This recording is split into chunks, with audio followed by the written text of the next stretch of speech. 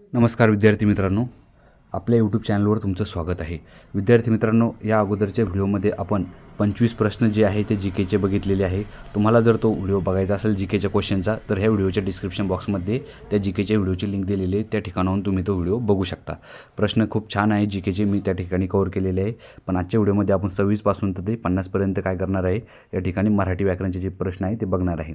तुम्ही जर महाराष्ट्र शासनाच्या कोणत्या पण एक्झामची तयारी करता, तुम्ही जिल्हा परिषद, तलाठी, सरळ सेवा, ग्रामसेवक, आरोग्यसेवक, विशेषकरता पोलीस भरती आणि वनरक्षक, त्याचबरोबर TAT वगैरे कोणती पण एक्झामची तयारी करता मे बी, तर तुमच्यासाठी हा व्हिडिओ खूप हेल्पफुल ठरणार आहे. तुम्हाला यातून परीक्षेमध्ये 100% प्रश्न दिसतील. TCS पॅटर्न असो की IBPS पॅटर्न असो, यातूनच प्रश्न येतील आणि तुम्हाला याच्यातून कसा अभ्यास करायचा आहे, मराठीला कशा प्रकारचे प्रश्न विचारतात मराठी व्याकरणवरती, ते पण तुम्हाला एक आयडिया आजच्या व्हिडिओमध्ये मिळून जाईल. तर त्यासाठी काय करायचं आहे, तुम्हाला शेवटपर्यंत व्हिडिओ बघायचा आहे. जे 25 प्रश्न ते 25 प्रश्नही बघा. जास्तीत जास्त 10 ते 12 मिनटाचा हा व्हिडिओ होईल, जास्त होणार नाही.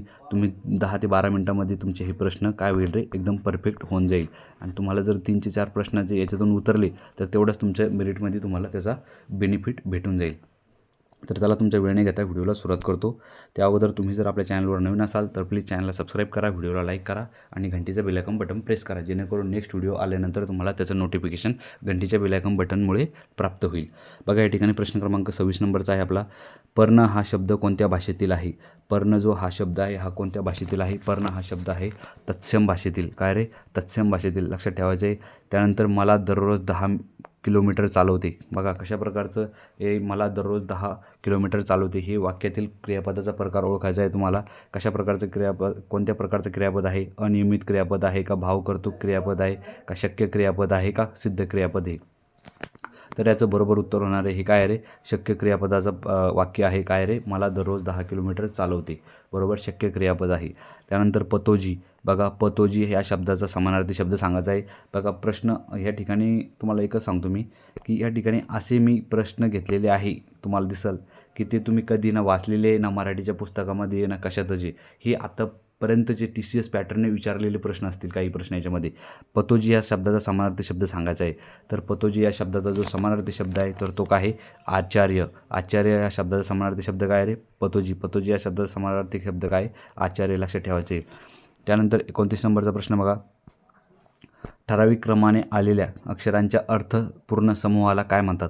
बघा, ठराविक क्रमाने आलेल्या अक्षराच्या अर्थपूर्ण समूहाला काय म्हणतात? मराठी व्याकरणचं जे पहिलं चॅप्टर आहे वर्णविचार, त्याच्यामध्ये तुम्हाला हा प्रश्न दिसतील. म्हणजे त्या ठिकाणून हा क्वेश्चन मी तयार केलेला आहे. बघा, ठराविक क्रमाने आलेल्या अक्षराच्या अर्थपूर्ण समूहाला आपण काय म्हणतो? वाक्य म्हणतो का शब्द म्हणतो? फास्टमध्ये कमेंट बॉक्समध्ये छापायचं याचं उत्तर. तर आपण त्याला काय म्हणतो रे? शब्द म्हणतो. ठराविक क्रमाने आलेल्या अक्षराच्या अर्थपूर्ण समूहाला आपण शब्द असे म्हणतो. त्यानंतर नेक्स्ट बघा, दंडनीय या शब्दाचा विरुद्धार्थी शब्द ओळखायचा आहे. दंडनीय. दंडनीय या शब्दाचा जो विरुद्धार्थी शब्द होणार आहे तर तो होणार आहे स्तुत्य. काय रे? स्तुत्य. लक्षात ठेवायचे. पर्याय क्रमांक 2 नंबरचं याचं बरोबर उत्तर आहे.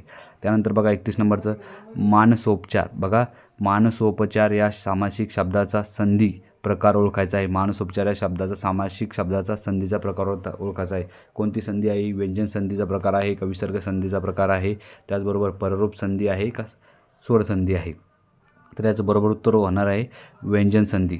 व्यंजन संधीचा प्रकार आहे मानसोपचार. लक्षात ठेवायचे. पर्याय क्रमांक 1 नंबर त्याचं बरोबर उत्तर आहे. त्यानंतर बघा, ज्याला कोणतीही उपमा न देता येत नाही असे. बघा, ज्याला कशाचीही उपमा न देता येत असे आपण त्याला काय म्हणतो? त्याच्या शब्दसमूहाबद्दल तर त्याला म्हणतो आपण अनुपम. अनुपम म्हणजे काय? ज्याला कोणाचीही उपमा देता येत नाही. त्यानंतर 33 नंबरचा प्रश्न आहे तुमच्यासमोर. वार्धक्य हा शब्द कोणत्या प्रकारच्या नामाचा आहे? बघा, भाववाचक नामाचं हे जे याचं बरोबर उत्तर होणार आहे भाववाचक नामाचं. भाववाचक नाम कसं ओळखायचं रे? ज्या शब्दाच्या शेवटी काय रे उपसर्ग लागतो. काय? य, त्व, पण, पणा, ताई, की, गिरी, वा हे जे शब्द लागले तर त्याला आपण काय म्हणतो? भाववाचक नाम म्हणतो. बऱ्याच वेळेस भाववाचक नामाचा जो उपयोग आहे तो काय रे? म्हणजे विशेष नाम म्हणून सुद्धा केला जातो. जसं की आजकाल माझा तुझ्यावर विश्वास आहे. तुम्ही जर गेलं तर माझा तुझ्यावर विश्वास आहे, तर ह्याचा आपण काय केलेलं? विशेष नामाचा वापर जो आहे तो भाववाचक नाम म्हणून सुद्धा केलेला आहे. बरोबर. विश्वासने रामला मारले, तर विश्वास हे काय झालं? विशेष नाम. लक्षात ठेवायचं आहे. असे काही नाव आहे की जे दोन्ही अर्थाने सुद्धा वापरले जाते, बट त्याचं वाक्य कशा प्रकारचे बनवते त्याच्यावर त्याचं जे आहे प्रकार डिसाईड होतो, नाम डिसाईड होतं. त्यानंतर बघा 34 नंबरचा प्रश्न आहे. पनती, पनती या शब्दाचे नपुसकलिंगी रूप ओळखायचं आहे. पनती या शब्दाचं जे नपुसकलिंग आहे तर ते कोणतं होईल रे? तर याचं जे नपुसकलिंग होणार आहे ते होणार आहे उजेड होणार आहे, दिवा होणार आहे का, अंधार होणार आहे का, तेज होणार आहे. या ठिकाणी 34 नंबरचं बरोबर उत्तर होणार आहे 1 नंबरचं. पनती या शब्दाचे जे नपुसकलिंग आहे पनती, तर त्याचं बरोबर उत्तर होईल तेज. त्यानंतर बघा आख्यान मांडणे. आख्यान मांडणे या वाक्यप्रचाराचा अर्थ ओळखायचा आहे. आख्यान मांडणे म्हणजे काय रे? सर्व चांगल्या गोष्टी एकत्रित करणे, कंटाळवाणे कथन करणे, का गर्वाने फुगून जाणे, का रागाने फटकळ बोलणे. तर याचं बरोबर उत्तर होणार आहे कंटाळवाणे कथन करणे. बरोबर. आपण एखाद्याला उद्देशून बोलतो ना, काय रे तू आख्यान मांडू राहिले ह्या गोष्टीचं, म्हणजे काय रे? कंटाळवाने तू कथन करत आहे त्या गोष्टीचं, निरर्थक गोष्ट, लक्षात ठेवायचं आहे. त्यानंतर 36 नंबरचा प्रश्न आहे तुमच्यासमोर. काच या शब्दाचे अनेकवचन सांगायचं आहे. तर काच या शब्दाचे अनेकवचन काय आहे रे? काचा. काचा हा याचं अनेकवचन आहे काच या शब्दाचं. त्यानंतर 37 नंबरचा प्रश्न बघा. ओसाड गावी एरंडबळी या म्हणीचा अर्थ ओळखायचा आहे. ओसाड गावी एरंडबळी या म्हणीचा अर्थ काय रे? अगदीच अक्षरशत्रू असणे. त्याचबरोबर गावात सर्वच मूर्ख असतील तर अर्ध्या शहाण्याला महत्त्व येते.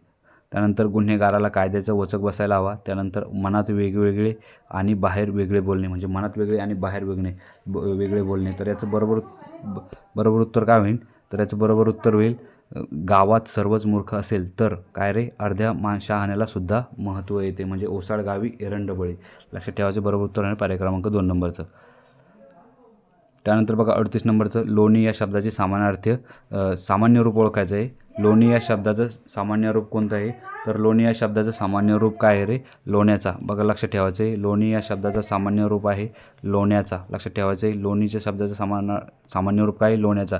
हे मी वारंवार का रिपीट करत आहे रे? तुमच्या लक्षात बसलं पाहिजे. हे प्रश्न 100% परीक्षेला येतात, त्यामुळे मी याला वारंवार रिपीट करत आहे, जेणेकरून तुमचा या ठिकाणी फायदा झाला पाहिजे माझा व्हिडिओ बघल्यानंतर. हीच माझी कळकळीची एक विनंती आहे तुम्हाला. त्यामुळे व्हिडिओ शेवटपर्यंत बघा, निश्चितच फायदा होईल. असं समजू नका की हे सरांचे प्रश्न येणार नाही. तुम्ही एखादा क्वेश्चन पेपर जेव्हा सोडवसाल ना, त्यावेळेस तुम्हाला ह्या प्रश्नांचं गांभीर्य कळेल. त्यानंतर बघा 39 नंबरचा प्रश्न आहे. फुलांचा काय असतो? बघा फुलांचा गुच्छ असतो, ढीग असतो, मुळी असतो का ताफ हा असतो? बरोबर. या ठिकाणी बरोबर उत्तर काय होणार आहे? तर या ठिकाणी बरोबर उत्तर होईल गुच्छ. लक्षात ठेवा. त्यानंतर बघा गुच्छ. फुलांचा काय असतो रे? गुच्छ. लक्षात ठेवायचं आहे. त्यानंतर नेक्स्ट प्रश्न आहे. हा आमचा समाज. बघा ह्या ठिकाणी काय केलेलं आहे? हा जो शब्द आहे ना, हा शब्दाला काय केलेलं आहे? अंडरलाईन केलेलं आहे बघा खाली हाला. तर हा आमचा समाज सुशिक्षित आणि वैचारिक पातळीवर नेण्यासाठी अजून वेळ लागेल. हा आमचा समाज सुशिक्षित आणि वैचारिक पातळीवरील नेण्यासाठी काय होईल रे? अजून वेळ लागेल. तर याच्यात काय रे? सर्वनामाचा प्रकार ओळखायचा. कोणत्या प्रकारचं सर्वनाम आहे? तर हा म्हणजे काय रे? या ठिकाणी दाखवलेला आहे हा आमचा समाज म्हणजे काय रे? हे होणार आहे बरोबर उत्तर दर्शक सर्वनाम. काय होणार आहे? दर्शक सर्वनाम होणार आहे. हा, ही, हे, हा म्हणजे काय रे? दर्शक सर्वनाम आहे. जो, तो, ते दर्शक सर्वनामाचे हे प्रकार आहे. एक्झाम्पल आहे. त्यानंतर बघा 41 नंबरचा प्रश्न आहे तुमच्यासमोर. 41 नंबर 41 मिनटं. बघा या ठिकाणी 41 नंबर. केवळ एका चुकीमुळे मला 10 पट किंमत मोजावी लागली. या ठिकाणी जर तुम्ही बघितलं तर 10 पटला काय केलेलं आहे? अंडरलाईन केलेलं आहे. तर या ठिकाणी तुम्हाला काय सांगायचं आहे? विशेषणाचा प्रकार सांगायचा आहे. 10 पट विशेषणाचा प्रकार. तर 10 पट विशेषणाचा प्रकार कोणता होणार आहे? तर तो होणार आहे आवृत्तीवाचक 10 पट. काय रे? आवृत्तीवाचक विशेषणाचा प्रकार आहे 10 पट. त्यानंतर 42 नंबरचा प्रश्न बघा. नेहमी निबंध लिहित होता. बघा नेहमी निबंध लिहित होता या वाक्याचा काळ ओळखायचा आहे. कोणता काळ आहे? अपूर्ण वर्तमान काळ आहे का पूर्ण वर्तमान काळ आहे का पूर्ण भूतकाळ आहे का अपूर्ण भूतकाळ आहे? तर याचं जे बरोबर उत्तर होणार आहे ते बरोबर उत्तर होणार आहे पूर्ण वर्तमान काळ. काय रे? नाही सॉरी, पूर्ण भूतकाळ होणार याचं उत्तर. पूर्ण भूतकाळ म्हणजे काय रे? नेहमी निबंध लिहित होता म्हणजे काय रे? निबंध लिहिण्याची क्रिया काय केली त्यानं? संपवली आहे, पूर्ण केलेली आहे. म्हणून काय होणार आहे? त्याचं पूर्ण भूतकाळ हे याचा काळाचं बरोबर उत्तर होणार आहे. त्यानंतर 43 नंबरचा प्रश्न बघू आपण. शुद्ध शब्द ओळखायचा. या ठिकाणी शुद्ध शब्द कशा प्रकारचा आहे? तर मला आता ह्या प्रश्नाचं उत्तर मी तर तुम्हाला सांगू शकतो, बट आता मला कळेल तुमचा अभ्यास किती चांगला आहे. तर या ठिकाणी सांगायचं आहे मला जलवाहिनी हा शब्द कशा प्रकारे लिहिला जाईल? जलवाहिनी. हला दुसरी विलांटी, नला दुसरी विलांटी. त्यानंतर हला दुसरी विलांटी, नला दुसरी विलांटी. बघा या ठिकाणी काय माहिती आहे का? जलवाहिनी हे जे शब्द आहे हे दोन्ही शब्द कसे रे? एकच सारखे आहे, जलवाहिनी. तर याच्यामध्ये तुम्ही जर केलं तर एक ऑप्शन या ठिकाणी तुम्हाला काटावं लागेल, म्हणजे या ठिकाणी ड्रॉप करावं लागेल. तर एक ऑप्शन काटा. त्यासाठी तुमच्यासाठी किती रे? 3च, कारण की हे रिपीट झालेलं आहे माझ्याकडून टाईप 2 ऑप्शन. तर ह्या ठिकाणी तुम्हाला बरोबर उत्तर सांगायचं आहे की हे तर तुम्ही करणार नाही मला माहिती आहे 100%. आता राहील तुमच्याजवळ 2च पर्याय. ह्या 2 पर्यायामधून बरोबर उत्तर तुम्ही मला कमेंट करून सांगायचं आहे. तर कुजेल वाहिनी हा शब्द कशा प्रकारचे लिहिला जातो. त्यानंतर नेहमी. बघा, नेहमी हा कोणत्या क्रियाविशेषणाचा प्रकार आहे. तर नेहमी हा जो म्हणजे कोणत्या क्रियाविशेषणाचा प्रकार आहे, तर हा सातत्यदर्शक क्रियाविशेषणाचे कोणते प्रकार आहे रे.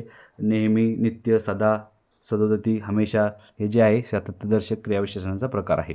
त्यानंतर नेक्स्ट बघा, विना हा शब्द कोणत्या शब्दयोगी अव्ययाचा प्रकार आहे. विना कालवाचक आहे की स्थलवाचक आहे का व्यतिरेकवाचक आहे का हेतुवाचक आहे. 45 नंबरचं बरोबर उत्तर होणार आहे व्यतिरेकवाचक. विना हा जो शब्द आहे हा कोणत्या शब्दयोगी अव्ययाचा प्रकार आहे रे, तर तो व्यतिरेकवाचक शब्दयोगी अव्ययाचा प्रकार आहे. त्यानंतर नेक्स्ट बघू आपण 46 नंबरचा. या ठिकाणी किंवाला अंडरलाईन केलेली आहे. या ठिकाणी तू ये किंवा न ये मी जाणारच. तर हे कोणत्या प्रकारचं उभयनवी अव्यय आहे, तर हे होणार आहे विकल्पबोधक उभयनवी अव्ययाचा प्रकार आहे. तू ये किंवा न ये मी जाणारच. या ठिकाणी किंवा हे कोणत्या प्रकाराचा उभयनवी अव्यय आहे, तर हे आहे विकल्पबोधक उभयनवी अव्ययाचा प्रकार. म्हणजे या ठिकाणी पर्याय दाखवलेला आहे, तू ये किंवा नको येऊ, म्हणजे या ठिकाणी ऑप्शन दिलेलं आहे त्याला. बघा या ठिकाणी 47 नंबरचं बघा, संबोधन हा कोणत्या विभक्तीचा कारकार्थ आहे. बरोबर, विभक्ती प्रथमा, द्वितीया, तृतीया, पंचमी, षष्ठी, सप्तमी. बरोबर.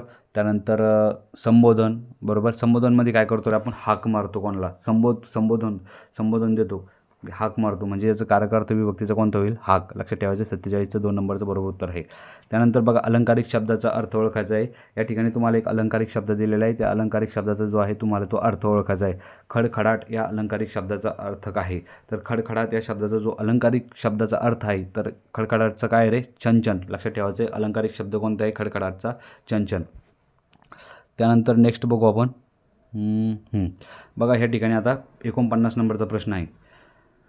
त्याचे वृत्तपत्र वाचून झाले या वाक्याचा प्रयोग ओळखायचा आहे. बघा, प्रयोगावर हमेशा प्रश्न विचारतात, त्यामुळे तुम्हाला प्रयोग टॉपिकसुद्धा करणं गरजेचं आहे. या ठिकाणी काय रे, त्याचे वृत्तपत्र वाचून झाले या वाक्यात कोणत्या प्रकारचा प्रयोग आहे, तर या वाक्यात जो आहे तो आहे समापन कर्मणी प्रयोग. म्हणजे रे काय रे, त्याचं वाचून झालेलं आहे, क्रिया संपलेली आहे. त्याचे वृत्तपत्र वाचून झाले म्हणजे काय रे, समापन झालेलं आहे, क्रियेची या ठिकाणी समाप्ती झालेली, म्हणून काय रे याचं बरोबर उत्तर होणार आहे समापन कर्मणी प्रयोग. त्यानंतर नेक्स्ट आहे, वाघाची मावशी कोणाला म्हणतात. सर्वांना माहीतच आहे कोणाला म्हणतात वाघाची मावशी, तर वाघाची मावशी मांजराला म्हणतात, मांजरीला म्हणतात. लक्षात ठेवायचे. अशा प्रकारचे विद्यार्थी मित्रांनो आपण जे 25 प्रश्न आहे ते आजच्या व्हिडिओमध्ये कव्हर केलेले आहे. आणि जीकेचे तुम्हाला जर बघायचे असले तर हा मराठीचा व्हिडिओ होता. बघा, जीकेचे प्रश्न आहे, जीकेचे सुद्धा मी या ठिकाणी शिकवलेले आहे, बट त्याचा जो व्हिडिओ आहे ह्या व्हिडिओच्या डिस्क्रिप्शन बॉक्समध्ये दिलेला आहे, त्या ठिकाणी तुम्ही जा. आणि तुम्हाला जर ही PDF पाहिजे असेल, तर अशी PDF पाहिजे असेल तर काय करायचं आहे, तुम्हाला विश्लेषण तर इथंच बघावं लागेल तुम्हाला. आणि तुम्हाला जर सोडवायची असेल तर किती बरोबर येते, त्यासाठी तुम्हाला जावं लागेल आपल्या टेलिग्राम चॅनलवर. त्या टेलिग्राम चॅनलचे लिंक्स या डिस्क्रिप्शन बॉक्समध्ये याच्यात डिस्क्रिप्शनमध्ये दिलेली आहे. त्या ठिकाणी तुम्ही टेलिग्राम चॅनलवर जॉईन होऊ शकता. त्या ठिकाणी मी इम्पॉर्टंट माहिती टेलिग्रामवर टाकत असतो. बऱ्याच PDF मी त्या ठिकाणी अपलोड केलेल्या आहे, ज्या की विद्यार्थ्यांना भविष्यासाठी खूप बेनिफिशियल ठरणार आहे. तर चला भेटूया नंतरच्या व्हिडिओमध्ये. तोपर्यंत जय हिंद, जय महाराष्ट्र.